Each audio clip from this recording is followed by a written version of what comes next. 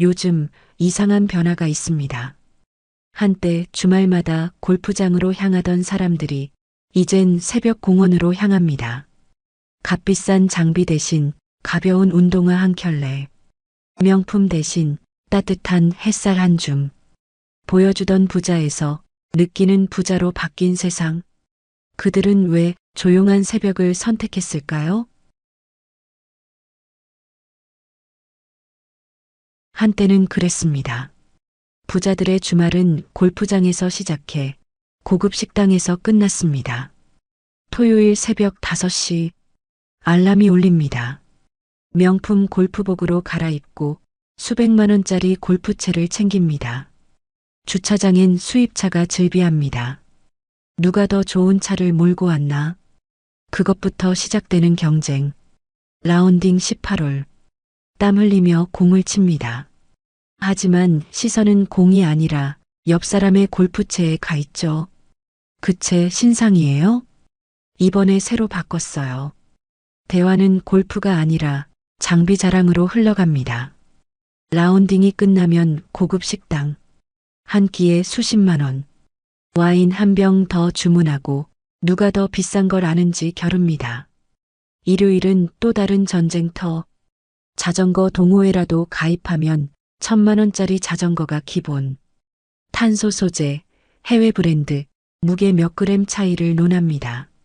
강변을 달리지만 풍경은 보이지 않습니다. 옆 사람의 장비만 보이죠.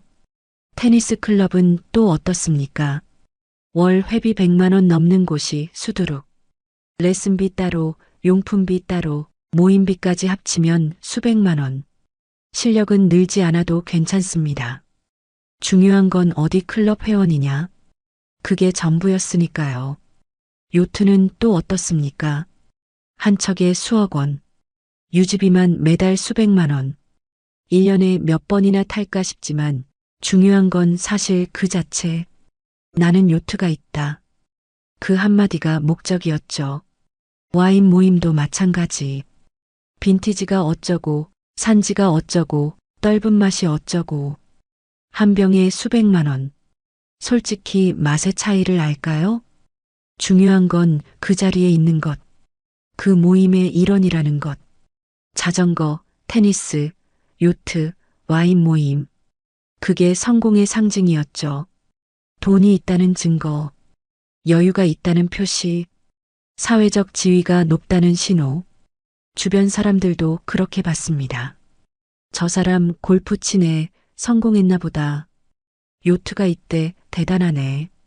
그런 시선들이 모여 그 취미들을 더욱 부추겼습니다. 명품 가방 들고 나가듯 명품 취미를 들고 나갔습니다. 그게 나를 증명하는 방법이었죠.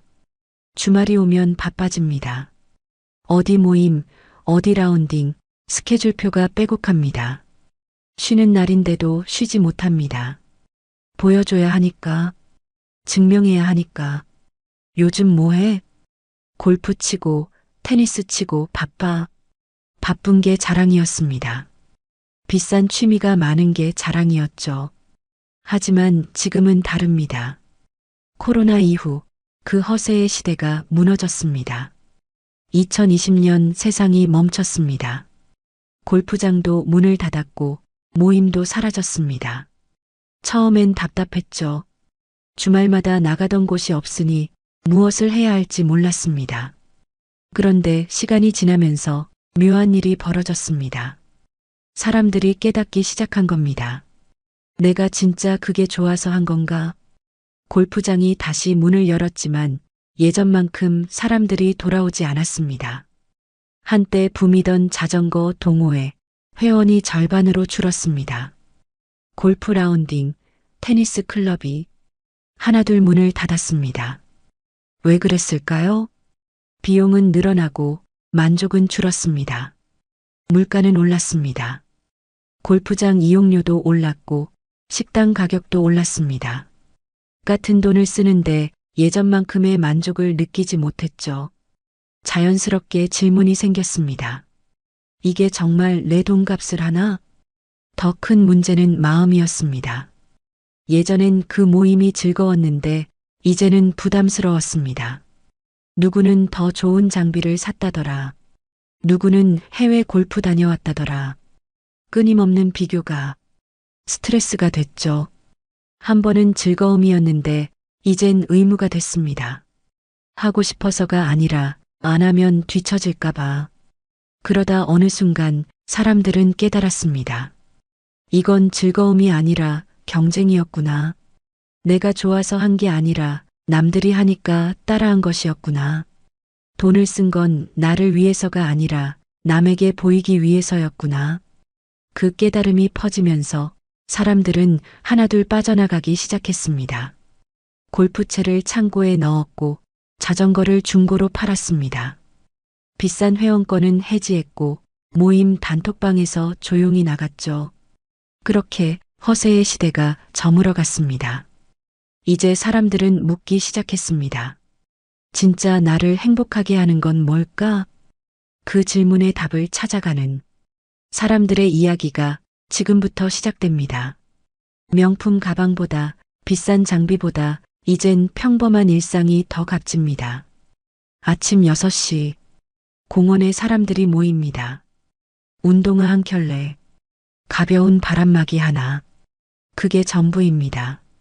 누가 어떤 옷을 입었는지, 누가 어떤 신발을 신었는지 아무도 신경 쓰지 않습니다. 그저 걷습니다. 나무 사이로, 흙길 위로, 천천히, 조용히. 60대 김명호 씨는 말합니다. 예전엔 골프 모임이 내 사회생활의 전부였어요. 근데 이제는 아침마다 공원 걷는 게 제일 행복합니다. 김명호 씨는 20년 넘게 골프를 쳤습니다. 주말마다 빠짐없이 나갔죠. 회원권도 2개나 샀습니다. 남부럽지 않은 삶이었습니다. 그런데 어느 날부터 골프가 즐겁지 않았습니다. 채를 바꾸라는 압박, 더 비싼 곳으로 가자는 제안, 끝없이 올라가는 비용. 한 번 나가면 100만 원은 기본이었어요. 그린피, 식사비, 술값까지. 돌아오면 지갑이 텅 비었죠. 더 힘든 건 따로 있었습니다.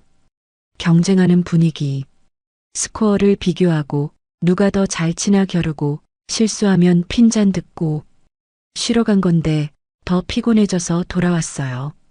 그러던 어느 날 코로나로 골프장이 문을 닫았습니다. 처음엔 답답했습니다. 매주 나가던 곳이 없으니 뭘 해야 할지 몰랐죠. 그래서 시작한 게 산책이었습니다. 집 근처 공원. 그냥 한 바퀴 돌아볼까?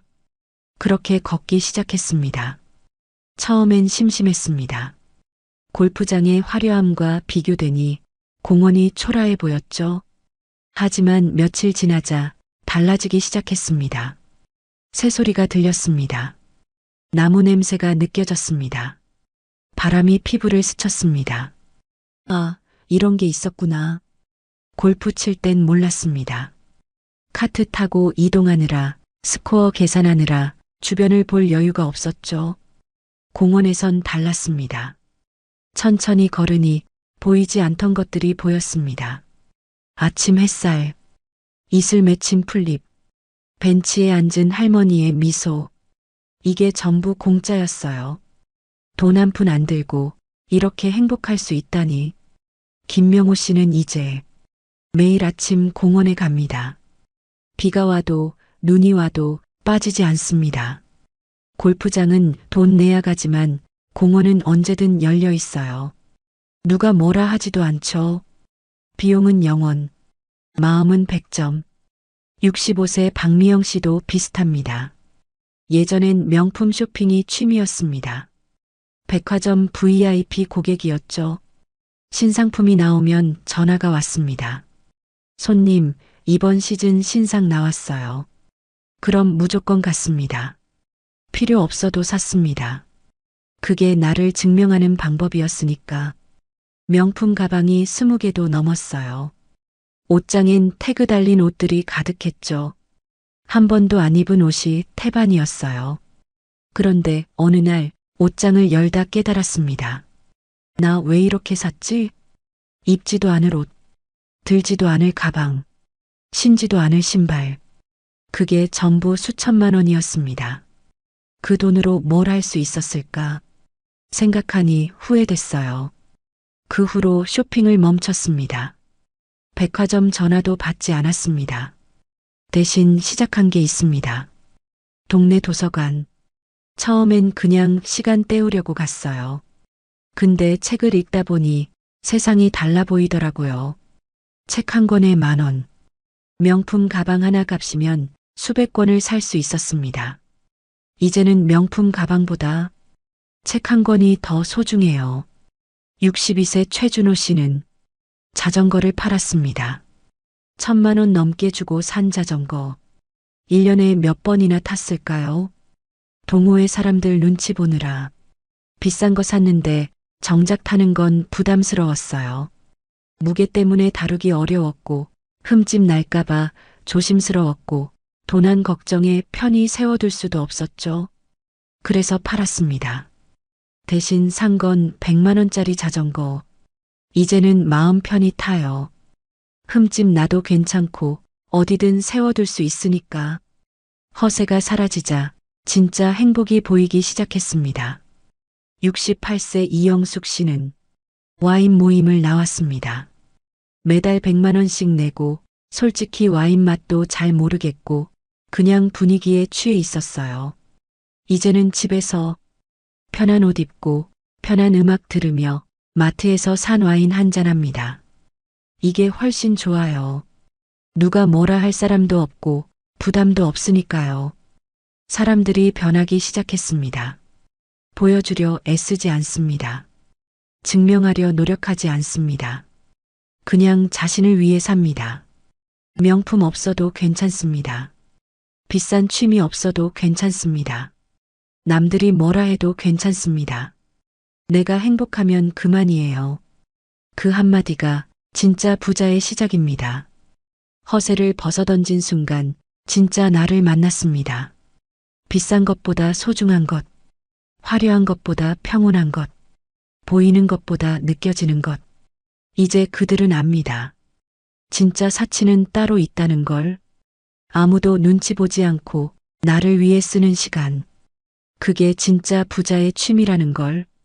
이 변화에는 분명한 이유가 있습니다. 왜 갑자기 사람들이 변했을까요? 왜 비싼 취미를 버렸을까요? 왜 허세를 내려놓았을까요? 3가지 이유가 있습니다. 첫째, 경제의 현실. 물가 상승, 경기 침체, 세금 부담. 2020년 이후 모든 게 달라졌습니다. 물가가 치솟았습니다. 식당 가격이 2배로 뛰었고 골프장 이용료도 껑충 올랐죠. 예전엔 라운딩 한 번에 30만 원이면 충분했습니다. 이제는 50만 원도 부족합니다. 회원권 가격은 어떻습니까? 몇 년 사이 2배, 3배. 유지비만 해도 만만치 않습니다. 명품 가격도 올랐습니다. 작년에 500만 원이던 가방이 올해는 700만 원입니다. 똑같은 가방인데 왜 이렇게 올랐어요? 직원은 대답합니다. 가격 인상이 있었습니다. 경기는 어떻습니까? 좋지 않습니다. 사업하는 사람들은 압니다. 매출은 그대로인데 비용만 늘어난다는 걸. 월급쟁이도 마찬가지입니다.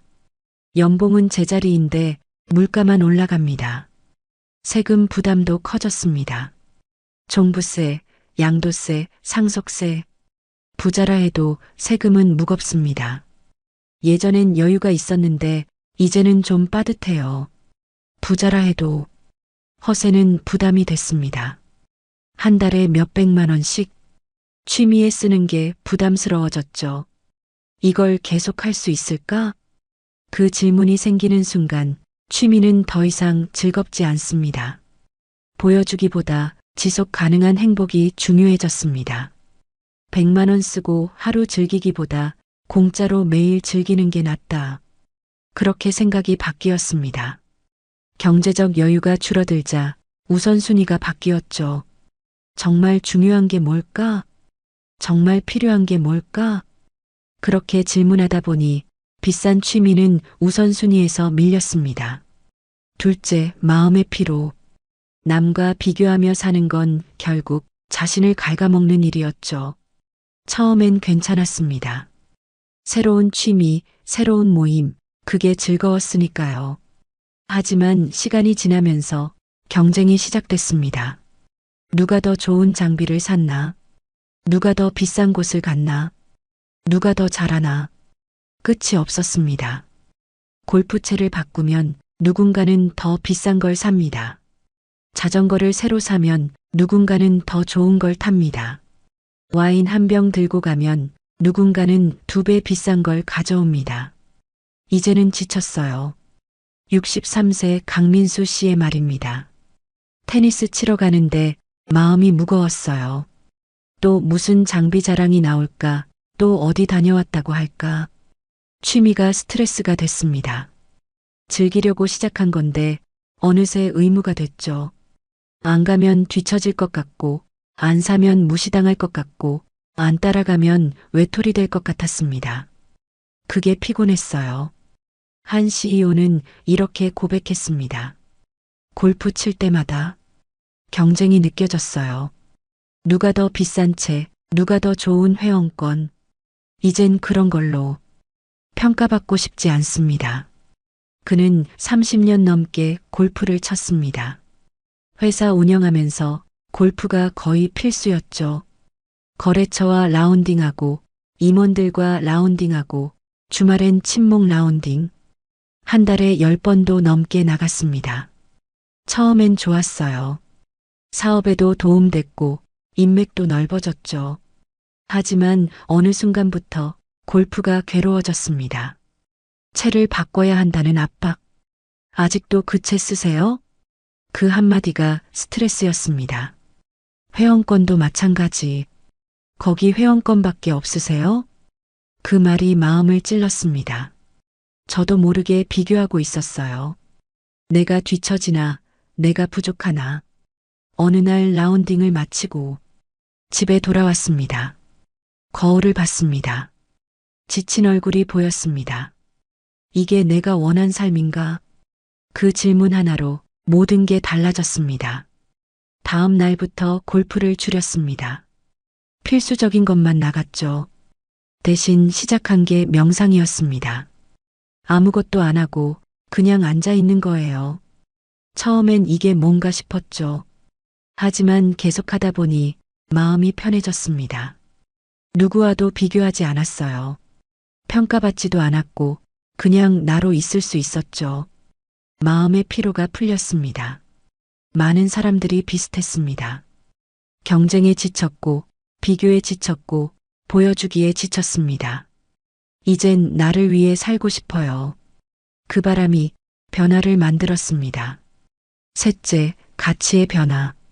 이제 부자들은 보이는 부자가 아니라 느껴지는 부자를 추구합니다.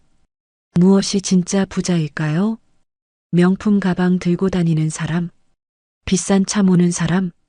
골프 회원권 여러 개 가진 사람? 예전엔 그랬습니다. 그게 부자의 기준이었죠. 하지만 이제는 다릅니다. 진짜 부자는 마음이 편한 사람입니다. 돈에 쫓기지 않고 남의 시선에 흔들리지 않고 자기 삶을 사는 사람. 그게 진짜 부자입니다. 67세 한영애 씨는 말합니다. 예전엔 명품으로 치장했어요. 사람들이 부러워했죠. 근데 집에 혼자 있으면 외로웠어요. 보여주는 부자였지만 느껴지는 행복은 없었습니다. 이제는 달라요. 명품 대신 편한 옷 입고 공원 산책하는데 이게 훨씬 행복해요. 가치관이 바뀌었습니다. 많이 가진 게 중요한 게 아니라 많이 느끼는 게 중요합니다. 비싼 게 중요한 게 아니라 소중한 게 중요합니다. 보이는 게 중요한 게 아니라 남는 게 중요합니다. 명품 가방은 언젠가 유행 지나지만 행복한 기억은 평생 남아요. 이제 사람들은 압니다. 진짜 사치가 무엇인지. 그건 돈으로 사는 게 아니라 마음으로 느끼는 것이라는 걸. 경제의 현실, 마음의 피로, 가치의 변화. 이 세 가지가 모여 사람들을 변화시켰습니다. 이제 그들은 새로운 길을 걷습니다. 보이는 부자가 아닌 느껴지는 부자의 길을. 그래서 요즘 부자들은 몸과 마음을 돌보는 시간을 선택합니다. 그게 곧 진짜 사치이자 새로운 부의 기준이 되었죠. 새벽 6시 강변이 깨어납니다. 어둠이 걷히고 해가 떠오릅니다. 그 시간 그곳에 사람들이 모입니다. 러닝화를 신고 가볍게 몸을 풉니다. 스트레칭 몇 번, 심호흡 한 번, 그리고 달리기 시작합니다. 새벽 6시 강변을 달리는 사람들 사이엔 CEO도 있고 은퇴자도 있고 시니어 전문가도 있습니다. 누가 누군지 모릅니다. 누가 뭘 하는지도 모릅니다. 그냥 달립니다. 나란히 조용히. 65세 박성진 씨는 IT 기업 대표였습니다. 30년 회사 경영하면서 매일이 전쟁이었죠. 스트레스가 극심했습니다. 골프로 풀려 했지만 골프장에서도 일 생각뿐이었습니다. 라운딩 중에도 전화 받고 매일 확인하고 쉬는 게 아니었어요. 그러던 어느 날 건강검진 결과가 나왔습니다. 혈압이 높았고 콜레스테롤 수치도 안 좋았습니다. 의사가 말했습니다. 운동하세요. 매일. 그래서 시작한 게 러닝이었습니다. 처음엔 5분도 못 뛰었습니다. 숨이 차고 다리가 아팠죠. 이걸 내가 왜 하나 싶었어요. 하지만 포기하지 않았습니다. 매일 조금씩 늘렸습니다. 5분, 10분, 15분. 한 달 후엔 30분을 뛸 수 있었습니다. 그런데 신기한 일이 벌어졌습니다. 뛰는 동안엔 아무 생각이 안 났습니다. 회사 일도 걱정도 모든 게 멈췄습니다. 그냥 호흡에만 집중했어요. 들숨, 날숨, 발이 땅을 밟는 소리. 그게 명상이었습니다. 이들은 말합니다. 러닝은 내 명상이고 걷기는 내 해방이다. 62세 김소연 씨도 비슷합니다. 예전엔 명품 쇼핑이 전부였습니다. 백화점이 놀이터였죠. 스트레스 받으면 쇼핑했어요. 가방 하나 사면 기분이 풀렸거든요. 하지만 그건 순간이었습니다. 집에 오면 다시 공허했습니다. 옷장엔 명품이 가득한데 마음은 계속 비어 있었어요. 그러다 시작한 게 걷기였습니다. 동네 한 바퀴, 천천히 느리게. 처음엔 지루했어요. 이게 뭐가 재미있나 싶었죠. 하지만 계속 걷다 보니 뭔가 달라졌습니다. 머릿속이 맑아졌습니다. 복잡한 생각들이 정리됐죠. 걸으면서 생각을 했어요. 내가 정말 원하는 게 뭔지, 어떻게 살고 싶은지. 그 시간이 해방이었습니다. 누구의 눈치도 보지 않고 아무것도 사지 않고 그냥 나로 있을 수 있었습니다. 이제는 쇼핑보다 걷기가 더 좋아요. 예전엔 골프채를 들고 나섰지만 이젠 러닝화를 신고 바람을 맞습니다. 골프채는 무거웠습니다. 챙겨야 할 것도 많았죠. 장갑, 신발, 옷, 모자. 라운딩 한번 나가려면 준비하는 데만 1시간. 하지만 러닝화는 다릅니다. 신으면 끝입니다. 문 열고 나가면 시작이죠. 아무것도 필요 없습니다. 장소도 시간도 돈도. 이게 진짜 자유예요. 68세 최동욱 씨는 말합니다. 예전엔 골프 스케줄에 맞춰 살았습니다. 주말은 물론이고 평일도 라운딩 약속이 있으면 다른 일정을 조정했죠. 골프가 내 삶의 중심이었어요. 하지만 이제는 다릅니다. 아침에 눈 뜨면 날씨를 봅니다. 맑으면 좋고 비가 와도 좋습니다. 그냥 신발 신고 나가면 그만이죠. 약속도 필요 없고 예약도 필요 없어요. 내 마음대로 할 수 있죠. 비용은 들지 않지만 얻는 건 자유와 건강이죠. 골프는 비쌌습니다. 한 번에 수십만 원, 1년이면 수천만 원. 러닝은 공짜입니다. 신발 한 켤레면 충분하죠. 그것도 몇 년 갑니다. 1년에 100만 원도 안 들어요. 하지만 얻는 건 훨씬 많습니다. 건강이 좋아졌습니다. 혈압이 내려갔고 체중도 줄었습니다. 의사가 놀라더라고요. 약도 줄였어요. 마음도 가벼워졌습니다. 스트레스가 줄었고 잠도 잘 오고 하루하루가 즐거워졌습니다. 이런 게 건강이구나 싶었어요. 61세 서연주 씨는 요가를 시작했습니다. 예전엔 테니스를 쳤습니다. 고급 클럽 회원이었죠. 회비만 월 100만 원이었어요. 레슨비는 별도였고, 하지만 자주 다치기 시작했습니다. 무릎, 팔꿈치, 어깨. 나이가 드니까 몸이 말을 안 들었어요. 의사가 권했습니다. 무리하지 마세요. 몸에 맞는 운동을 하세요. 그래서 시작한 게 요가였습니다. 처음엔 우습게 봤습니다. 이게 운동이야? 하지만 해보니 달랐습니다. 생각보다 힘들었고 생각보다 효과가 좋았습니다. 몸이 유연해지니까 통증이 사라졌어요. 더 좋은 건 마음이었습니다. 요가는 경쟁이 없었습니다. 누가 더 잘하나 겨루지 않았죠. 각자 자기 수준에 맞춰 해요. 비교도 없고 평가도 없어요. 그게 편했습니다. 테니스 칠 땐 항상 긴장했어요. 잘 쳐야 한다는 부담, 이기고 싶다는 욕심. 요가엔 그런 게 없어요. 70세 정우성 씨는 수영을 시작했습니다. 예전엔 자전거를 탔습니다. 1,000만 원짜리 자전거. 동호회 활동도 열심히 했죠. 주말마다 멀리 나갔어요. 100km, 200km. 하지만 어느 날 넘어졌습니다. 다행히 크게 다치진 않았지만 겁이 났습니다. 나이 들어서 이러다 크게 다치겠구나. 자전거를 팔았습니다. 대신 수영장에 등록했죠. 물속에선 안전해요. 넘어질 일도 없고 부딪힐 일도 없죠. 수영은 조용합니다. 물소리만 들립니다. 그 소리가 좋아요.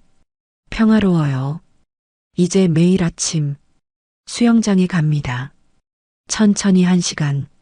끝나고 나면 몸도 마음도 가볍습니다. 이게 진짜 운동이에요. 과시할 필요도 없고 경쟁할 필요도 없고 진짜 부자들의 새로운 취미. 그건 화려하지 않습니다. 비싸지도 않습니다. 하지만 값집니다. 자유롭고 건강하고 평화로우니까요. 보여주기 위한 취미가 아니라 나를 위한 취미. 그게 진짜 부자의 선택입니다. 요즘 진짜 부자들은 남을 돕는 데서 기쁨을 느낍니다. 예전엔 받는 게 기쁨이었습니다. 명품을 받고 칭찬을 받고 인정을 받고. 하지만 이제는 다릅니다. 주는 게 기쁨입니다. 익명으로 기부하고 주말마다 봉사에 참여하죠. 이름을 밝히지 않습니다. 자랑하지도 않습니다.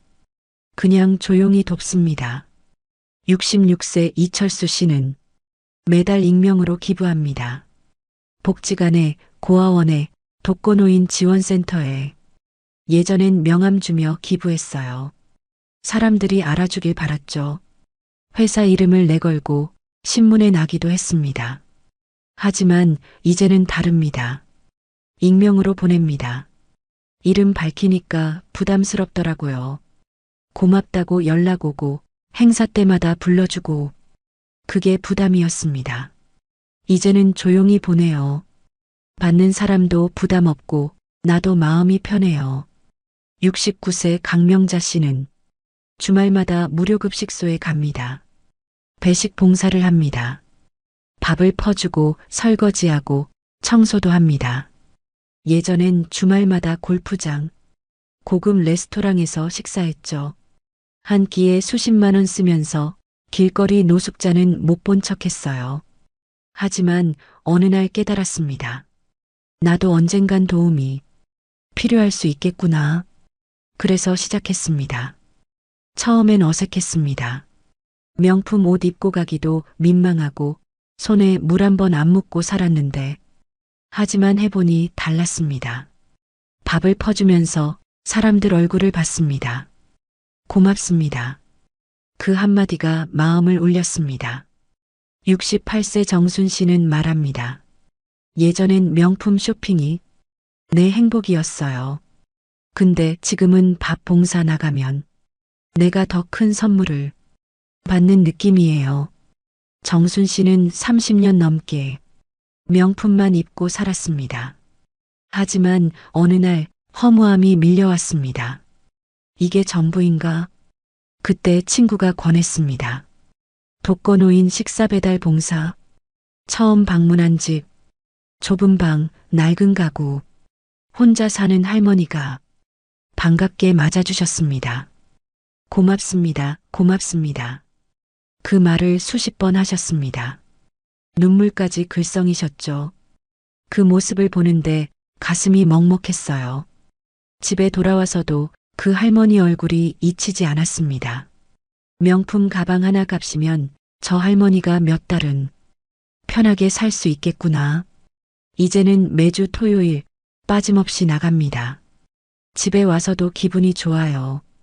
내가 누군가에게 도움이 됐다는 게 이렇게 뿌듯한 줄 몰랐어요.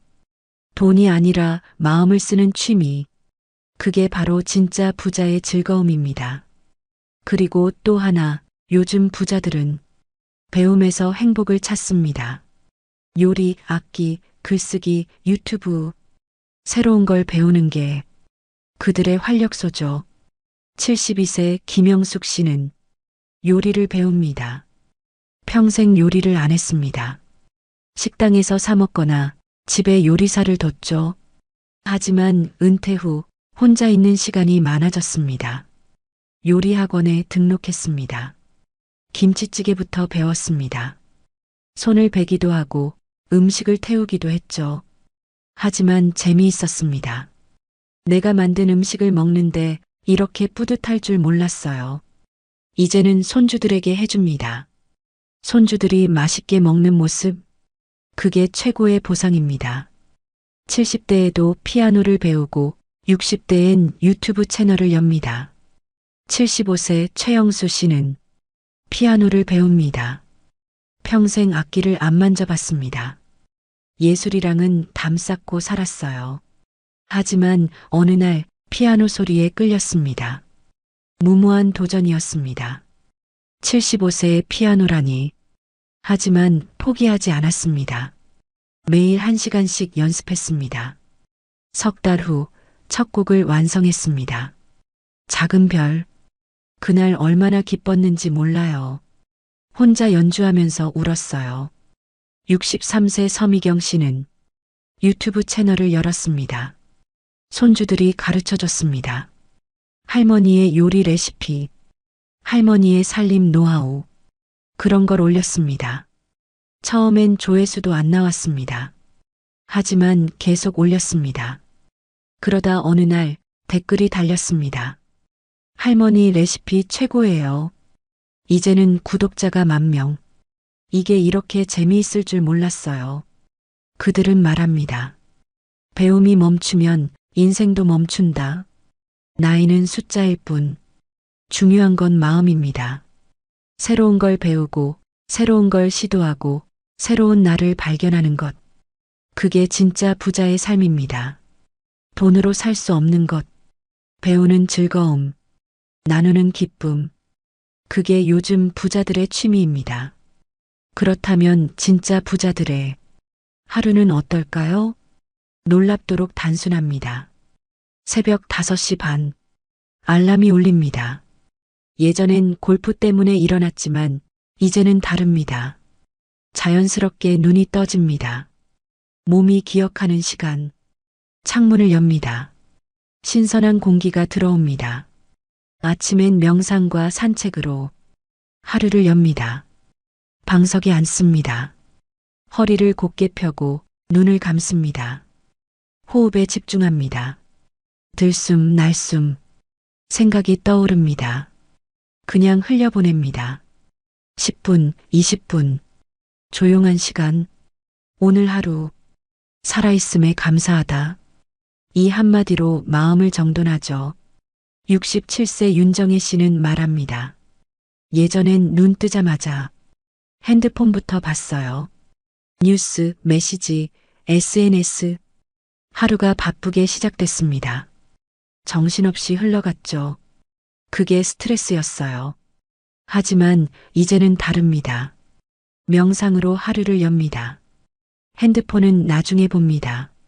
마음이 고요해지니까 하루가 달라지더라고요. 명상이 끝나면 산책, 동네 한 바퀴, 천천히 걷습니다. 아침 공기를 마십니다. 새소리를 듣습니다. 햇살을 느낍니다. 이게 제일 좋은 시작이에요. 64세 김태영 씨도 비슷합니다. 아침 산책이 하루를 결정해요.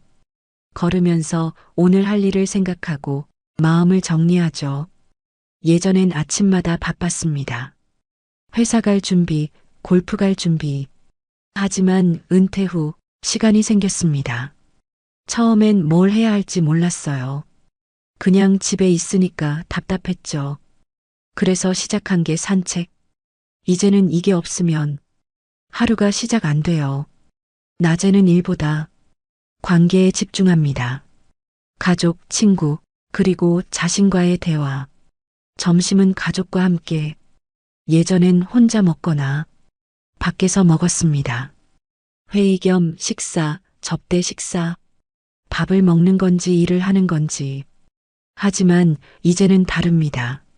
집에서 천천히 먹습니다. 가족과 이야기 나눕니다.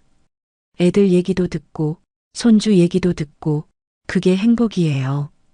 오후엔 친구를 만납니다. 카페에서, 공원에서, 그냥 걸으면서. 예전엔 목적이 있어야 만났습니다. 골프 치러, 식사하러, 뭔가 하러. 하지만 이제는 다릅니다. 그냥 만나요. 목적 없이, 부담 없이 이야기를 나눕니다. 요즘 사는 얘기, 건강 얘기, 손주 얘기. 그게 좋아요. 경쟁도 없고, 비교도 없고. 70세 박종수 씨는 말합니다. 예전 친구들은 만나면 자랑 대회였어요. 누가 뭘 샀다, 어디 갔다. 그게 피곤했습니다. 만나고 나면 기분이 안 좋았죠. 나만 뒤처진 것 같고. 하지만 이제 만나는 친구들은 다릅니다. 그냥 편해요. 있는 그대로 만나니까. 돈보다 중요한 건 결국 사람과 시간이라는 걸 압니다. 68세 정미선 씨는 혼자만의 시간도 소중히 합니다. 오후엔 꼭 1시간은 혼자 있어요. 아무것도 안 합니다. 그냥 창밖을 보거나 음악을 듣거나 나와 대화하는 시간이에요. 예전엔 혼자 있는 게 두려웠습니다. 뭐라도 해야 할 것 같고 가만히 있으면 불안했어요. 하지만 이제는 다릅니다. 혼자 있는 게 편해요. 나를 들여다볼 수 있으니까. 저녁엔 책 한 권, 음악 한 곡. 예전엔 회식으로 채웠던 시간을 이젠 조용히 자신을 돌보는 시간으로 바꿨죠. 거실 소파에 앉습니다. 따뜻한 차 한 잔, 책 한 권, 천천히 읽습니다. 한 장, 두 장, 급할 게 없어요. 내일 읽어도 되고, 모레 읽어도 되고, 음악을 틉니다. 클래식, 재즈, 가요. 기분에 따라 음악 들으면서 하루를 정리해요. 71세 이상호 씨는 일기를 씁니다. 매일 저녁 30분씩 오늘 있었던 일, 오늘 느낀 감정, 오늘 감사한 일. 쓰다 보면 마음이 정리돼요. 예전엔 일기 같은 거 안 썼습니다. 그럴 시간도 없었고 쓸 필요도 못 느꼈죠.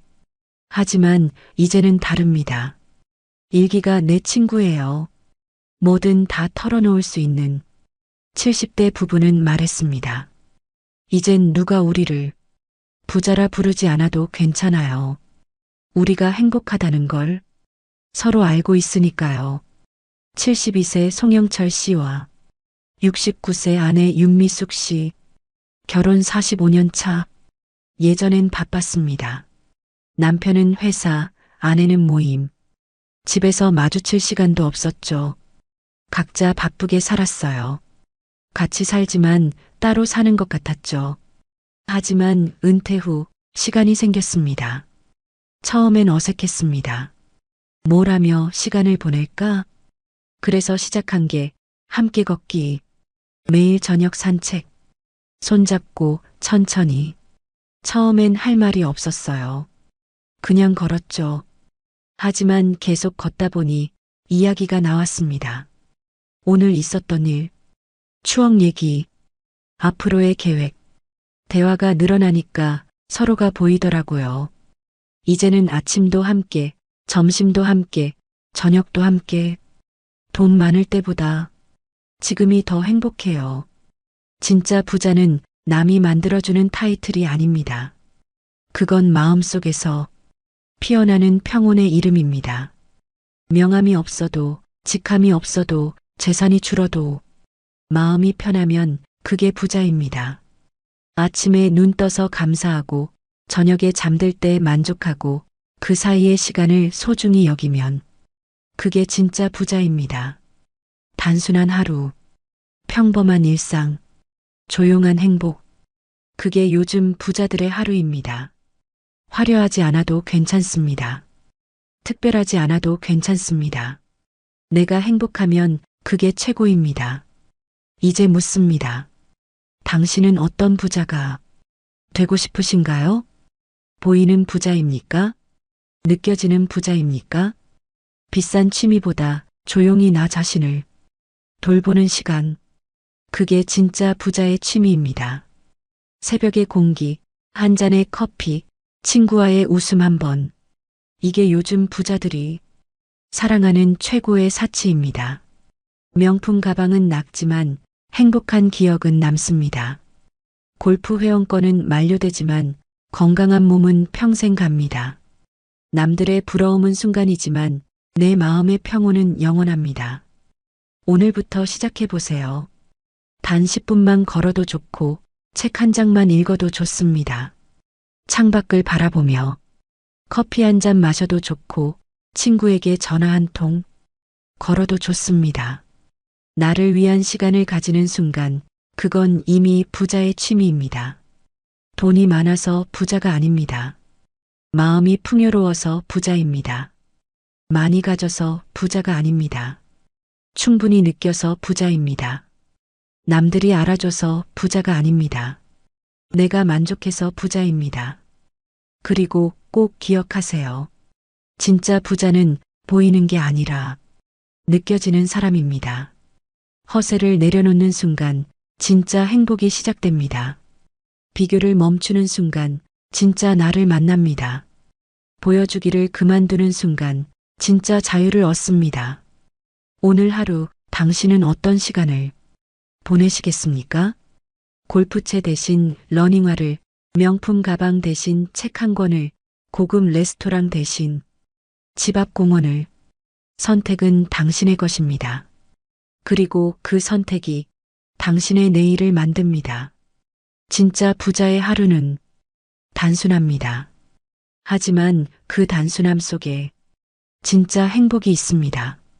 당신도 오늘부터 진짜 부자가 되어 보세요. 70세가 되던 봄이었습니다. 그날은 이상하게 마음이 조용했어요.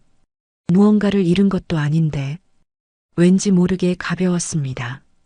젊을 땐 가진 걸 지키느라 바빴고 나이 들어서는 잃을까봐 두려웠죠. 그런데 그 모든 게 다 사라지고 나서야 비로소 알게 되었습니다.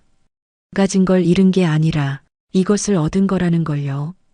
그 이것이 무엇이었을까요? 오늘 그 이야기를 들려드리려 합니다. 아침 햇살이 커튼 사이로 스며들던 날이었습니다. 70살이 된 그 봄날, 저는 창가에 앉아 차 한 잔을 마시고 있었습니다. 별다른 일정도 없었고 특별히 기다리는 누군가도 없었죠. 그런데 이상했습니다. 마음이 텅 빈 것 같으면서도 동시에 이렇게 가득 차 있었습니다. 아, 이게 평안이구나. 그제야 알았습니다. 젊은 시절, 저는 늘 비교하며 살았습니다. 옆집 김씨 내가 새 차를 샀다 하면, 우리 차가 초라해 보였고, 친구가 강남에 아파트를 샀다 하면, 우리 집이 작아 보였습니다. 명절 때면 더했죠. 친척들이 모이는 자리에서 누구네 아들은 대기업에 다니고 누구네 딸은 의사와 결혼했다는 이야기를 들으면 괜히 제 자식들이 부족해 보였습니다. 우리 애들은 왜 저렇게 못할까? 그 한숨이 얼마나 많은 날들을 어둡게 만들었는지 모릅니다. 그러다 보니 제 인생도 놓쳤습니다. 봄에 피는 개나리를 보지 못했고 저녁 노을의 아름다움도 모르고 지나갔습니다. 아이들과 함께 웃을 시간에도 머릿속은 온통 남과의 비교로 가득했죠. 남들은 다 저렇게 사는데 우리만 이 모양이야. 그 생각이 하루하루를 무겁게 만들었습니다. 그러다 60대 후반이 되었을 때 문득 깨달았습니다. 어느 날 오랜만에 만난 친구가 제게 이렇게 말했습니다. 너는 참 좋겠다. 남편도 건강하고 자식들도 다 잘 크고. 그때 저는 깜짝 놀랐습니다.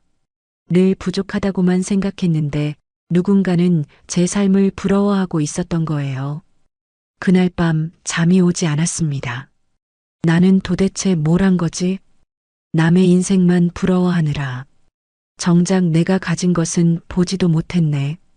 그 후로 조금씩 달라졌습니다. 아침에 일어나면 이렇게 말하기 시작했죠. 오늘도 눈을 떴구나. 감사합니다. 작은 것부터 눈에 들어왔습니다. 따뜻한 밥을 먹을 수 있다는 것, 아픈 데 없이 걸을 수 있다는 것, 사랑하는 사람들이 곁에 있다는 것. 그게 바로 제가 쌓아온 행복이었습니다. 이제는 남의 집 차가 좋든 말든 상관없습니다. 우리 차로 장을 보러 가고 가끔 드라이브도 하고 그저 그걸로 충분합니다. 누가 더 큰 집에 산다 해도 마음이 흔들리지 않습니다. 우리 집은 작지만 이곳에 우리 가족의 추억이 있고 이곳에서 아이들이 자랐고 이곳에서 우리가 함께 늙어가고 있으니까요. 그게 바로 우리 집의 가치입니다. 요즘은 산책을 자주 합니다. 동네 공원을 천천히 걷다 보면 계절의 변화가 보입니다. 봄에는 벚꽃이 피고 여름에는 초록이 짙어지고 가을에는 단풍이 물들고 겨울에는 고요한 설경이 펼쳐집니다.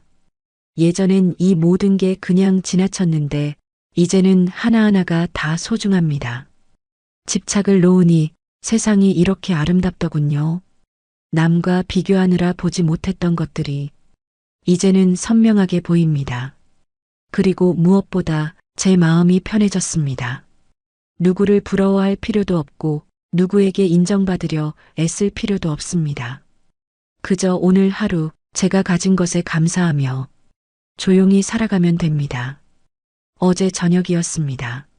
남편과 함께 저녁을 먹으며 이런 이야기를 나눴습니다. 우리 참 잘 살았지? 그럼 잘 살았지. 남들처럼 크게 성공하진 못했지만 그래도 우리는 행복했잖아. 그 순간 눈물이 핑 돌았습니다. 맞습니다. 우리는 행복했습니다.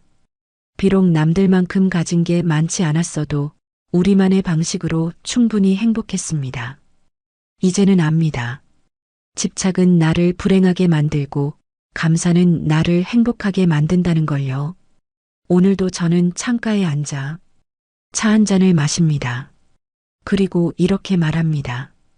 오늘의 이 평안에 감사합니다. 집착을 놓으니 비로소 제 인생이 시작되었습니다. 밤 11시가 넘어도 잠이 오지 않던 날들이 있었습니다.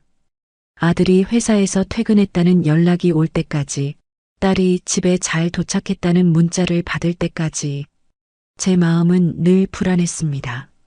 밥은 먹었을까? 회사에서 힘든 일은 없을까? 건강은 괜찮을까? 자식 걱정이 제 인생의 전부였습니다. 아침에 눈을 뜨면 제일 먼저 떠오르는 생각도, 밤에 잠들기 전 마지막 생각도 온통 아이들 이야기였죠. 친구들과 만나도 마찬가지였습니다. 너희 아들은 어디 다니냐? 딸은 결혼은 했냐? 그런 이야기만 하다 보면 어느새 시간이 흘렀고 집에 돌아오는 길엔 또 한숨만 나왔습니다. 우리 애들은 왜 저렇게 안 풀릴까? 특히 명절이 다가오면 더 심했습니다. 아들은 아직 결혼도 안 했고 딸은 직장을 옮긴다고 했고 그 모든 게 제 걱정거리였습니다. 어느 날이었습니다. 딸이 제게 조심스럽게 말했습니다. 엄마, 저 이제 30대 중반인데요. 제 인생은 제가 알아서 해요. 순간 말문이 막혔습니다. 엄마가 너 걱정해서 그러는 거잖아. 딸이 잠시 말을 멈추더니 이렇게 말했습니다. 알아요. 근데 엄마 인생은 엄마 거예요. 제 걱정하느라 엄마 인생 다 버리지 마세요. 그날 밤 잠을 이룰 수 없었습니다. 딸의 말이 계속 맴돌았습니다. 엄마 인생은 엄마 거예요. 맞는 말이었습니다. 저는 자식들을 위해 산다고 했지만 실은 제 불안을 아이들에게 떠넘기고 있었던 거예요. 제가 걱정하는 게 정작 아이들에게는 부담이었다는 걸 그때야 알았습니다. 다음 날 아침 저는 결심했습니다. 이제부터는 내 인생을 살자. 아이들은 아이들의 길이 있어. 쉽지 않았습니다. 처음엔 습관처럼 걱정이 올라왔고 연락이 없으면 불안했습니다. 하지만 조금씩 연습했습니다. 아침에 일어나면 아이들 걱정 대신 제 하루를 생각했습니다. 오늘은 뭘 하며 보낼까? 동네 문화센터에 등록했습니다. 요가도 배우고 서예도 배웠습니다. 처음엔 어색했지만 시간이 지나니 즐거워졌습니다. 무엇보다 놀라운 건 제가 아이들 걱정을 덜 하니까 아이들이 오히려 더 자주 연락을 해왔다는 거예요. 아들이 전화로 물었습니다. 엄마, 요즘 요가 배운다며? 어때? 재밌어? 응, 재밌더라. 너도 한번 와서 같이 해볼래? 엄마 목소리가 밝아지신 것 같아요. 그 말에 가슴이 뭉클했습니다. 제가 행복해지니까 아이들도 편안해진 거였습니다. 요즘은 이렇게 생각합니다. 자식이 잘 되길 바라는 건 당연한 부모 마음이지만 그 걱정으로 제 인생을 소진하는 건 아이들에게도 저에게도 좋지 않다는 걸요. 지난주였습니다. 딸이 저녁을 같이 먹자고 했습니다. 식사를 하던 중에 딸이 말했습니다. 엄마, 요즘 많이 달라지셨어요. 뭐가? 예전엔 만나면 항상 결혼은 언제 할 거야? 회사는 잘 다니고 있어? 이랬잖아요. 근데 요즘은 그런 말 안 하시고 엄마 이야기를 하시더라고요. 그랬구나. 그게 좋아요. 엄마가 행복해 보이니까 저도 마음이 편해요. 그날 집에 돌아오는 길에 밤하늘을 올려다봤습니다. 별이 참 많았습니다. 아이들을 키우느라, 자식 걱정하느라 이 밤하늘을 제대로 본 적이 없었구나. 이제는 압니다. 아이들은 결국 자기 길을 찾아갑니다. 제가 아무리 걱정해도 그들의 인생은 그들 것이니까요. 저는 그저 응원하고 필요할 때 곁에 있어주면 됩니다. 그리고 무엇보다 제가 행복해야 합니다. 제가 제 인생을 잘 살아가는 모습이 아이들에게는 가장 좋은 가르침이니까요. 요즘 아침엔 이렇게 시작합니다. 오늘은 나를 위한 하루를 살자. 자식 걱정이 아니라 나 자신을 돌보는 하루. 그렇게 살다 보니 저도 자유로워졌고 아이들과의 관계도 더 좋아졌습니다.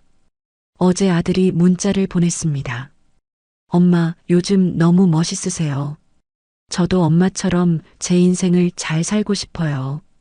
그 문자를 읽으며 눈물이 났습니다.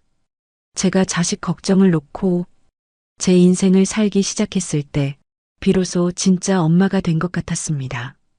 걱정하는 엄마가 아니라 행복한 모습을 보여주는 엄마.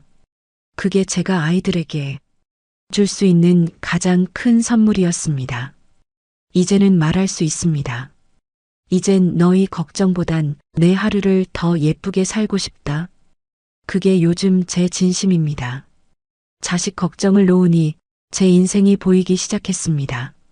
살다 보면 억울한 일도 많았습니다.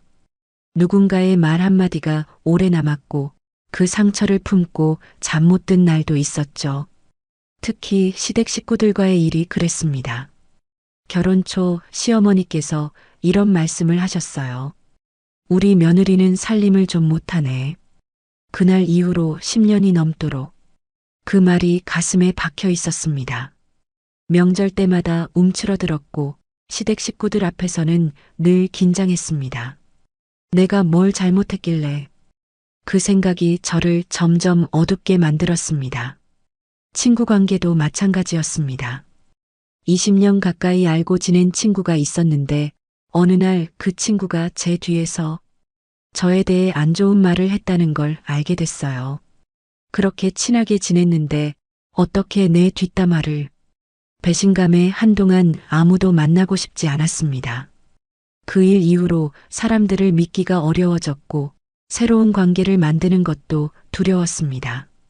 미움은 그렇게 제 마음에 쌓여갔습니다. 시어머니에 대한 서운함, 친구에 대한 배신감, 나를 무시했던 사람들에 대한 분노. 그 감정들이 마음속에서 돌덩이처럼 무거웠습니다. 그러다 60대 후반이 되었을 때 문득 이런 생각이 들었습니다. 이렇게 살다가 내가 먼저 죽겠구나. 미움을 품고 사는 게 저를 병들게 하고 있었습니다. 밤에 잠을 자도 개운하지 않았고 아침에 일어나도 마음이 무거웠습니다. 그때 텔레비전에서 스님의 법문을 들었습니다. 미움은 뜨거운 숯을 남에게 던지려고 손에 쥐고 있는 것과 같습니다. 결국 떼는 건 자기 손입니다.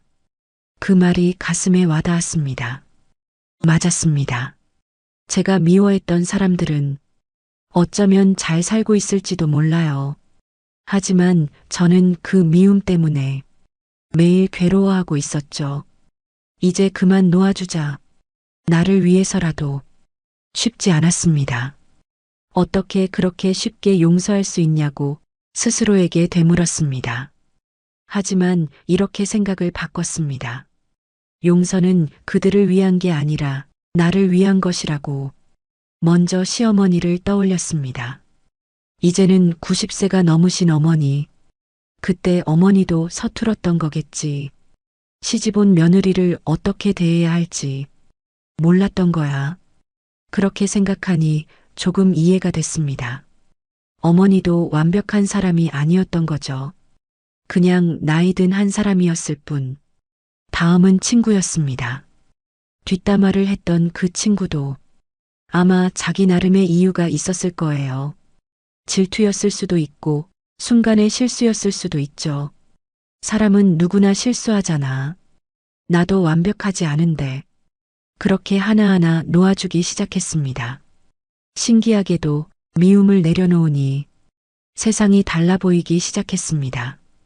길을 걷다가 마주치는 사람들의 얼굴이 예전보다 따뜻해 보였고 공원의 꽃들도 더 예쁘게 느껴졌습니다. 무엇보다 제 마음이 가벼워졌습니다. 아침에 일어나면 오늘도 좋은 하루라는 생각이 들었고 밤에는 편안하게 잠들 수 있었습니다. 몇 달 전이었습니다. 그 친구를 우연히 길에서 마주쳤어요. 예전 같았으면 피했을 텐데 그날은 먼저 다가가서 인사를 했습니다. 오랜만이야. 친구가 깜짝 놀라더니 조심스럽게 물었습니다. 나 화 많이 났었지?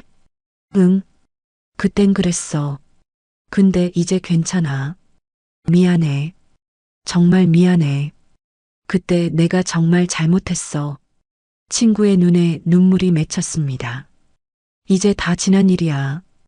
그날 함께 차 한 잔을 마시며 오랜만에 진솔한 대화를 나눴습니다. 집에 돌아오는 길 마음이 정말 편했습니다. 아, 이게 용서의 힘이구나. 용서는 상대를 위한 게 아니었습니다. 나를 자유롭게 하기 위한 거였어요. 미움의 무게에서 벗어나 가볍게 날아오르기 위한 요즘은 누군가에게 상처받아도 오래 마음에 담아두지 않습니다. 저 사람도 힘들었나 보다. 저 사람도 나처럼 부족한 사람이겠지. 그렇게 이해하려고 노력합니다. 완전히 용서가 안 될 때도 있어요. 그럴 땐 억지로 용서하려 하지 않습니다. 대신 이렇게 생각하죠. 그래, 지금은 아니어도 괜찮아. 언젠가는 놓아줄 수 있겠지. 시간이 약이라는 말 정말 맞더라고요. 어제 시어머니를 뵈러 갔습니다.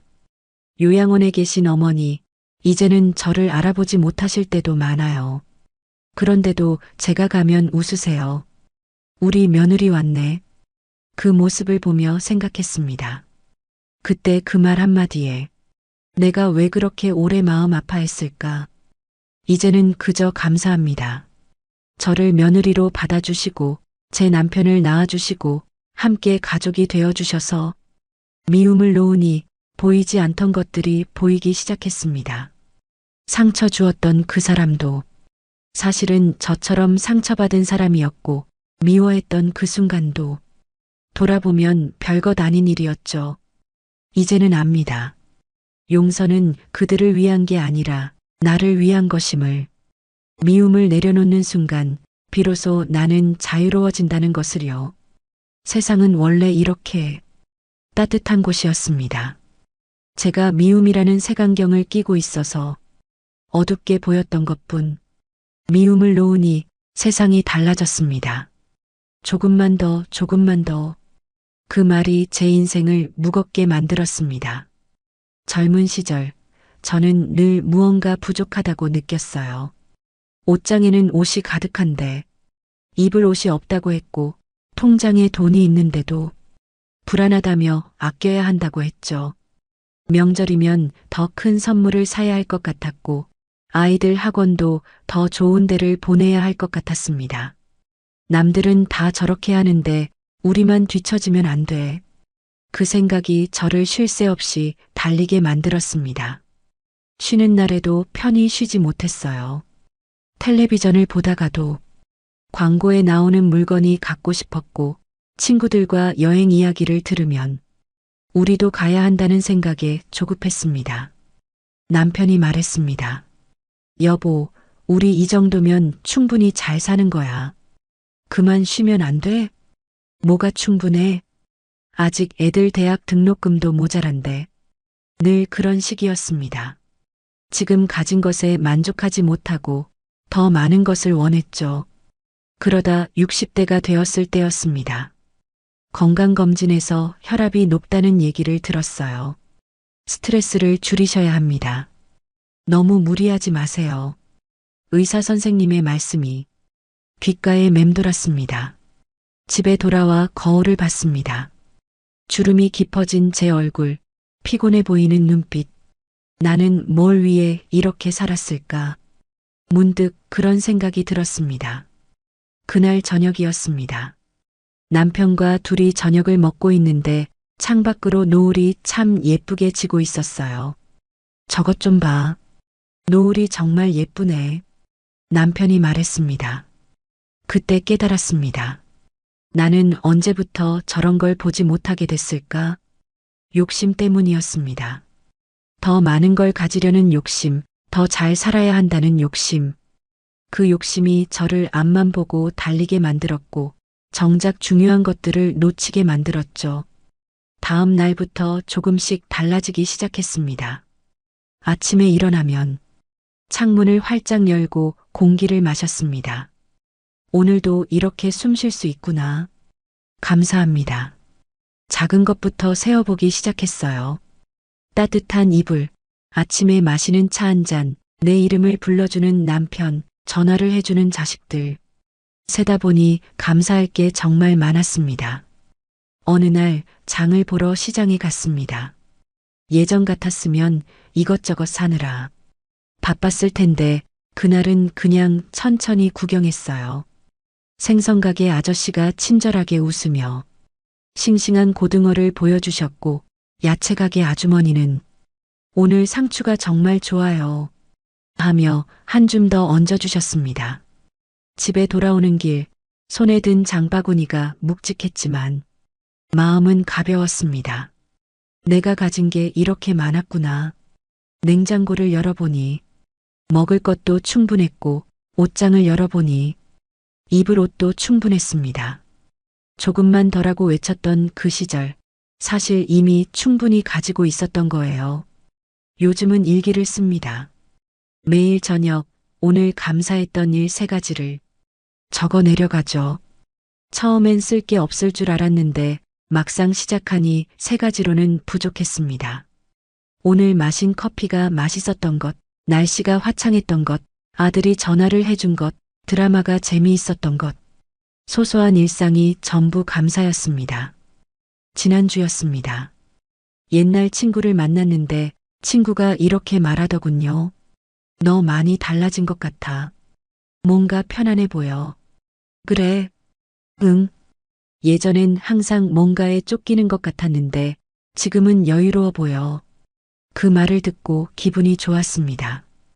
욕심을 내려놓으니 제 모습도 달라진 거였어요. 이제는 백화점에 가도 꼭 사야겠다는 생각이 안 듭니다. 예쁘네. 근데 난 가진 게 있으니까. 그렇게 생각하며 그냥 지나칩니다. 신기하게도 필요한 것만 사니까 오히려 돈이 모이더라고요. 그리고 무엇보다 마음이 평안해졌습니다. 며칠 전이었습니다. 손녀가 놀러 왔는데 제 방을 둘러보더니 이렇게 말했어요. 할머니 방은 왜 이렇게 정리가 잘 돼 있어요? 필요한 것만 두고 나머지는 다 정리했거든. 부러워요. 저도 할머니처럼 살고 싶어요. 그 말에 웃음이 나왔습니다. 예전에 저라면 손녀에게 이것저것 사주느라 바빴을 텐데 지금은 그냥 함께 앉아 차 한 잔 마시며 이야기 나누는 게 더 좋습니다. 할머니, 행복해 보여요. 손녀가 말했습니다. 응, 행복해. 가진 게 많아서가 아니라 가진 것에 감사할 줄 알게 돼서 요즘 아침마다 이렇게 기도합니다. 오늘 하루도 감사합니다. 더 바라지 않겠습니다. 지금 이대로 충분합니다. 욕심을 놓으니 세상이 이렇게 풍요로웠습니다. 더 많은 걸 가지려 애쓸 필요가 없었어요. 지금 가진 것들을 세어보니 이미 제 삶은 충분히 풍요로웠으니까요. 오늘 따뜻한 이불, 차 한 잔의 여유, 내 이름을 불러주는 사람 하나. 그게 바로 제가 쌓아온 행복이었습니다. 욕심을 놓으니 감사가 보이기 시작했습니다. 모든 인연이 영원하진 않더군요. 가깝던 사람도 어느 날엔 자연스럽게 멀어졌습니다. 20년 넘게 알고 지낸 친구가 있었습니다. 매주 만나서 수다 떨고 명절이면 음식도 나눠 먹고 서로의 집안일까지 다 아는 사이였죠. 그런데 몇 년 전부터 연락이 뜸해지기 시작했어요. 처음엔 바빠서 그런가 보다 했습니다. 요즘 바쁘지? 괜찮아, 나중에 봐.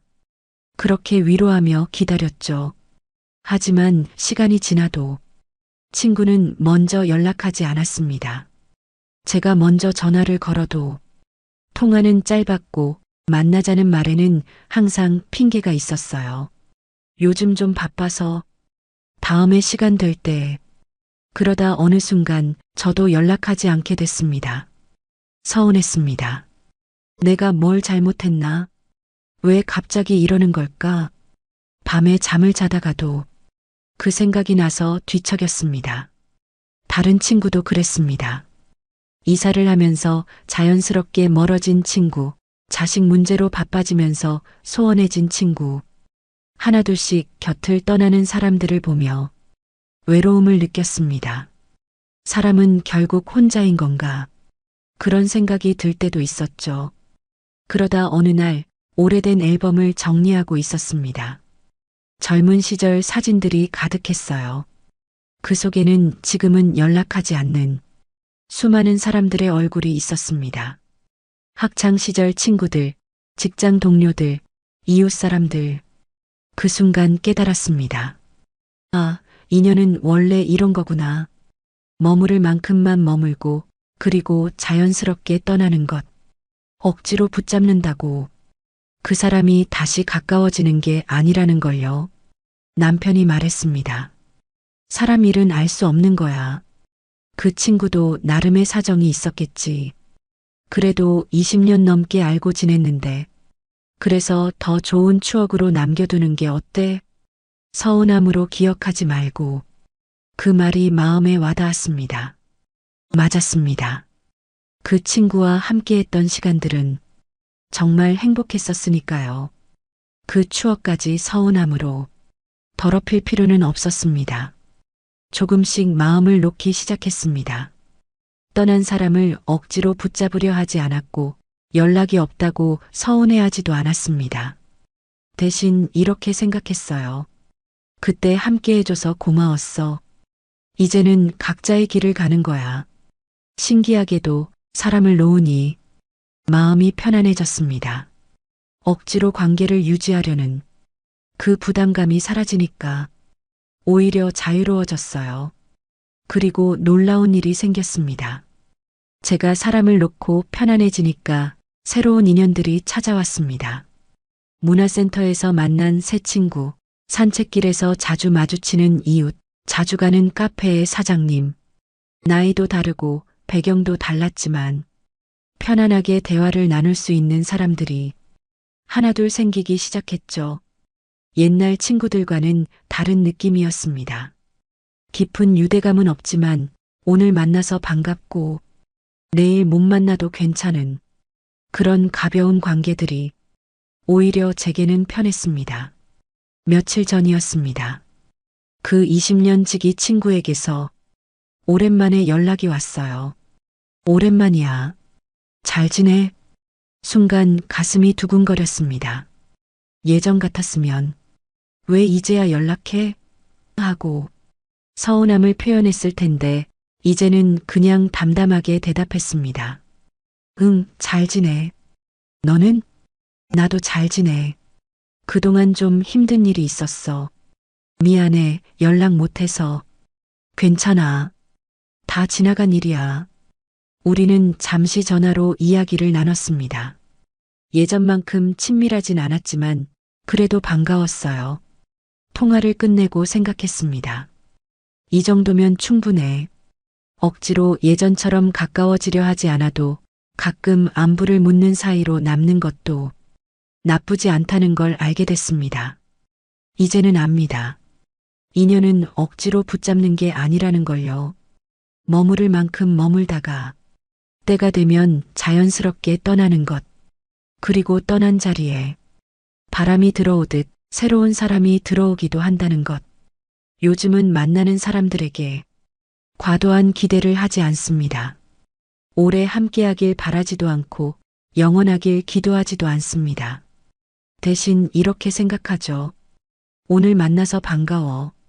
내일은 또 어떻게 될지 모르지만 그것도 괜찮아. 그렇게 기대를 내려놓으니 관계가 오히려 더 편해졌습니다. 집착하지 않으니 상대방도 편안해했고 억지로 유지하려 하지 않으니 자연스러운 관계가 이어졌습니다. 어제 산책을 하다가 오래된 나무를 봤습니다. 가을이 되니 나뭇잎이 하나둘 떨어지고 있었어요. 나무는 떨어지는 잎을 붙잡으려 하지 않았습니다. 그냥 자연스럽게 보내주더군요. 그리고 봄이 되면 또 새로운 잎이 돋아나겠죠. 인연도 그런 것 같습니다. 때가 되면 떠나고 또 때가 되면 새로운 인연이 찾아오는 것. 그걸 받아들이고 나니 마음이 정말 평안해졌습니다. 지금 곁에 있는 사람들에게 감사하고 떠난 사람들도 좋은 추억으로 간직하고 앞으로 만날 사람들을 기대하며 그렇게 살아가는 게 70살이 된 저의 방식입니다. 사람을 놓으니 평안이 찾아왔습니다. 잘못한 일, 후회되는 선택들, 그 기억들이 마음을 짓눌렀습니다. 특히 밤이 되면 더 심했어요. 잠자리에 누우면 자꾸만 옛날 일들이 떠올랐습니다. 그때 그러지 말았어야 했는데 왜 그런 선택을 했을까? 20년 전 일인데도 어제 일처럼 생생했습니다. 아이들이 어렸을 때였습니다. 큰아이가 미술학원을 다니고 싶다고 했어요. 그런데 저는 이렇게 말했죠. 그런 거 배워서 뭐해? 공부나 열심히 해. 아이는 더 이상 말하지 않았습니다.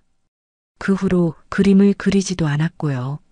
몇 년 전 우연히 아이의 옛날 그림을 발견했습니다. 서랍 깊숙이 숨겨져 있던 스케치북. 그 안에는 정말 예쁜 그림들이 가득했어요. 이렇게 재능이 있었구나. 그때 가슴이 미어졌습니다.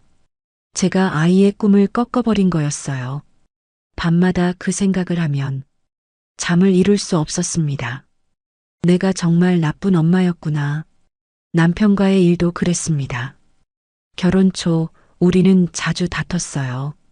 사소한 일로 화를 내고 며칠씩 말도 안 하고 지금 생각하면 정말 부끄러운 일들이었습니다. 그때 내가 좀 더 이해하려 했더라면 후회가 밀려왔습니다. 시부모님 일도 마찬가지였어요. 시어머니께서 편찮으실 때 저는 간병을 제대로 못했습니다. 아이들 키우느라 일하느라 바빴다는 핑계로 병원에 자주 가지 못했죠. 돌아가시기 전 어머니께서 제 손을 잡으며 말씀하셨습니다. 고생 많았다. 그 순간 눈물이 쏟아졌습니다. 제가 더 잘했어야 했는데, 하지만 이미 늦었습니다. 그렇게 과거의 후회들이 제 마음을 무겁게 짓눌렀습니다. 밤마다 그 생각들이 떠올라 숙면을 취할 수가 없었어요. 내 인생은 후회투성이야.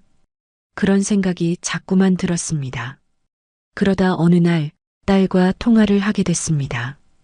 요즘 제가 우울해 보인다며 걱정하는 목소리였어요. 엄마, 무슨 일 있어요? 아니야.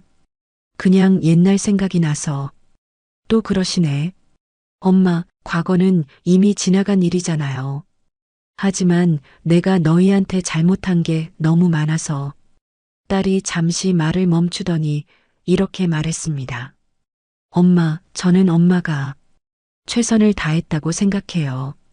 완벽하진 않았어도 그때의 엄마는 그게 최선이었잖아요. 그 말에 가슴이 뭉클했습니다. 정말 그렇게 생각해? 네. 저도 이제 어른이 되고 보니 완벽한 부모는 없더라고요. 다들 서툴게 살아가는 거예요. 통화를 끝내고 한참을 생각했습니다. 딸의 말이 맞았습니다. 그때의 저는 정말 최선을 다했어요. 아이들을 먹이고 입히고 재우느라 하루하루가 전쟁 같았습니다. 미술학원을 보내주지 못한 것도 제가 나빠서가 아니라 경제적 여유가 없었기 때문이었죠. 남편과 싸웠던 것도 서로가 서툴렀기 때문이었습니다. 결혼 초 우리는 서로를 이해하는 법을 몰랐어요. 시간이 지나면서 조금씩 배워나갔고 지금은 정말 좋은 부부가 됐잖아요. 시어머니 간병도 마찬가지였습니다. 그때는 정말 최선을 다했어요. 비록 자주 가지는 못했지만 갈 때마다 정성을 다했고 마음으로는 늘 걱정했습니다. 그래, 나는 그때 최선을 다했어. 그렇게 생각하니 마음이 조금씩 가벼워졌습니다. 후회 대신 감사로 바꾸기 시작했습니다. 그때 그런 경험이 있었기에 지금의 내가 있는 거야. 아이들에게 미안한 마음도 이제는 지금 더 잘해주자는 다짐으로 바뀌었습니다. 며칠 전이었습니다.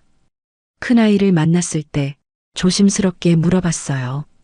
너 혹시 미술하고 싶었던 거 아직도 후회해? 아이가 웃으며 말했습니다. 엄마, 그거 아직도 신경 쓰세요? 저 지금 하는 일도 좋아요. 그리고 요즘 취미로 그림 그려요. 정말? 네. 늦었다고 생각했는데 막상 시작하니까 즐겁더라고요. 인생은 언제든 시작할 수 있잖아요. 아이의 말에 눈물이 났습니다. 제가 혼자 죄책감에 시달리는 동안 아이는 이미 자기 길을 찾아가고 있었던 거예요. 미안해. 그리고 고마워. 엄마, 후회하지 마세요. 엄마는 정말 잘하셨어요. 그날 이후로 달라졌습니다. 과거를 떠올릴 때마다 이렇게 생각하기로 했어요. 그때의 나는 그게 최선이었어. 완벽하진 않았지만 그 순간만큼은 최선을 다했다고. 요즘은 밤에도 편히 잠듭니다. 과거의 후회들이 떠올라도 그래, 그랬었지. 그래도 괜찮아. 하고 넘길 수 있게 됐어요. 대신 오늘에 집중합니다.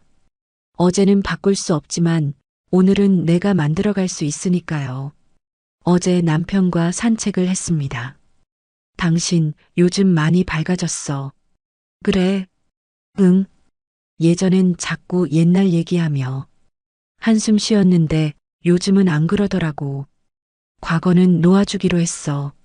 지금이 더 소중하니까. 남편이 제 손을 꼭 잡았습니다. 그래, 우리 이제 남은 시간 행복하게 살자. 응, 그러자. 과거를 놓으니 비로소 오늘이 보이기 시작했습니다. 후회로 가득했던 어제가 아니라 가능성으로 가득한 오늘.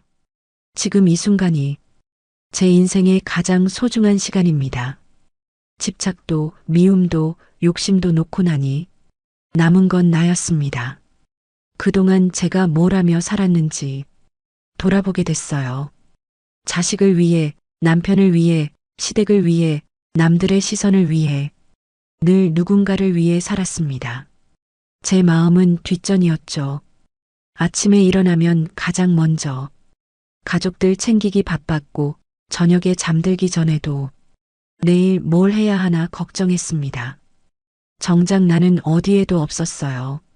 거울을 보면 낯선 얼굴이 보였습니다. 이 사람이 누구지? 주름진 얼굴, 지쳐 보이는 눈빛.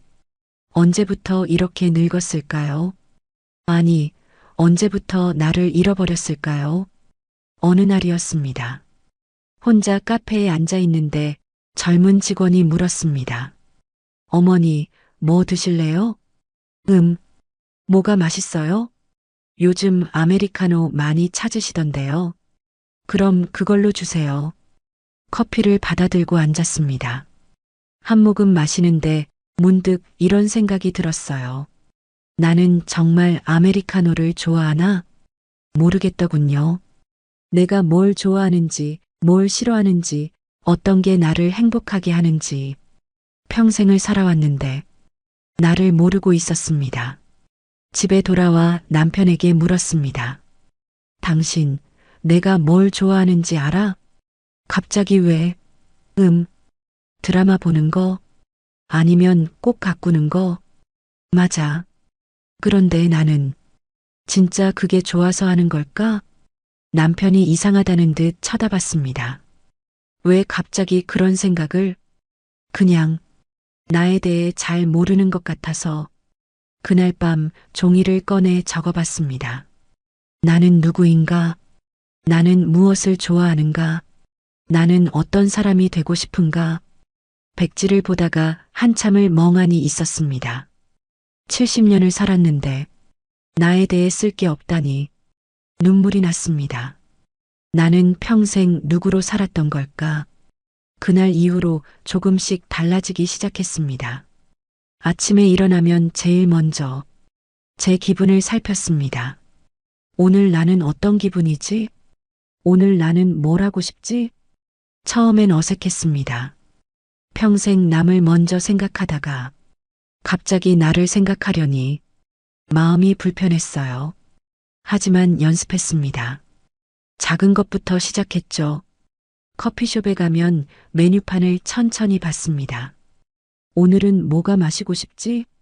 라떼도 마셔보고 카푸치노도 마셔보고 때로는 녹차도 마셔봤습니다. 그러다 발견했어요. 제가 정말 좋아하는 건 따뜻한 우유라는 걸요. 사소한 발견이었지만 신기하게 기뻤습니다. 아, 나는 이걸 좋아하는구나. 옷을 살 때도 달라졌습니다. 예전엔 남들이 뭐라 할까 신경 쓰며 무난한 색만 골랐는데 이제는 제가 입고 싶은 걸 골랐어요. 밝은 노란색 블라우스, 화사한 꽃무늬 스카프. 이 나이에 이런 옷을? 속으로 걱정하는 소리가 들렸지만 무시했습니다. 내가 좋은데 뭐 어때? 신기하게도 나를 찾아가니까 사람들이 칭찬하더라고요. 어머니, 오늘 옷 예쁘네요. 요즘 얼굴이 밝아지셨어요. 제가 행복하니까 그게 겉으로 드러난 거였습니다. 요즘은 혼자만의 시간을 가집니다. 일주일에 한 번은 카페에 앉아 책을 읽거나 그냥 멍하니 창밖을 바라봅니다. 남편이 물었습니다. 혼자 뭐하러 가? 그냥 나만의 시간이 필요해서. 외롭지 않아? 아니, 오히려 좋아. 나와 마주할 수 있는 시간이거든. 처음엔 남편도 의아해했지만 이제는 이해하는 것 같아요. 며칠 전이었습니다. 딸이 집에 왔을 때 제 방을 보더니 이렇게 말했습니다. 엄마, 방이 많이 달라졌네요? 응, 좀 바꿨어. 벽에는 제가 좋아하는 그림을 걸었고 책상에는 작은 화분을 놓았습니다. 서랍장 위에는 제가 좋아하는 향초도 있었죠. 예쁘다. 완전 엄마 스타일이에요. 내 스타일이 뭔지 이제 알겠어. 딸이 웃으며 말했습니다. 엄마, 요즘 정말 행복해 보여요.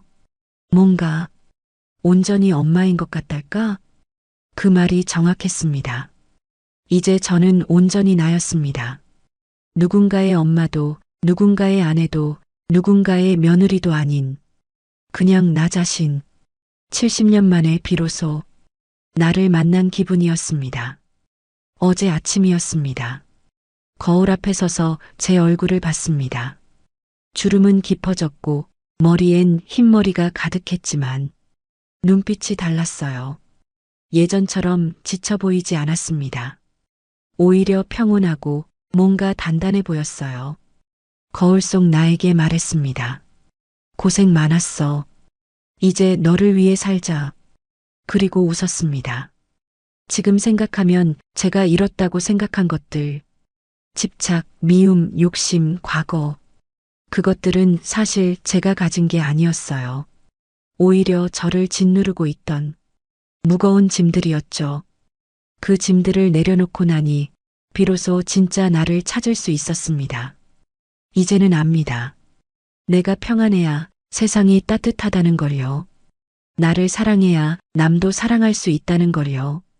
70년 만에 얻은 깨달음이지만 늦지 않았다고 생각합니다. 앞으로 남은 시간 온전히 나로 살아갈 테니까요. 오늘도 창가에 앉아 따뜻한 우유를 마십니다. 그리고 이렇게 말합니다. 오늘도 나로 살 수 있어서 감사합니다. 가진 걸 잃은 게 아니라 나 자신을 되찾은 것이었습니다. 결국 나는 나를 얻었습니다. 이제는 느리게 걷습니다. 급할 것도 쫓길 것도 없으니까요. 인생은 결국 비워야 채워지는 길이더군요. 집착도 미움도 욕심도 놓고 나니 비로소 보였습니다. 지금 이 순간이 내 인생의 가장 가벼운 시간이라는 것을요. 70년을 살아왔지만 진짜 제 인생은 지금부터 시작입니다. 남은 날들을 천천히 고요하게 채워가려 합니다. 그리고 매일 이렇게 말하려 합니다. 오늘도 나로 살 수 있어서 감사합니다.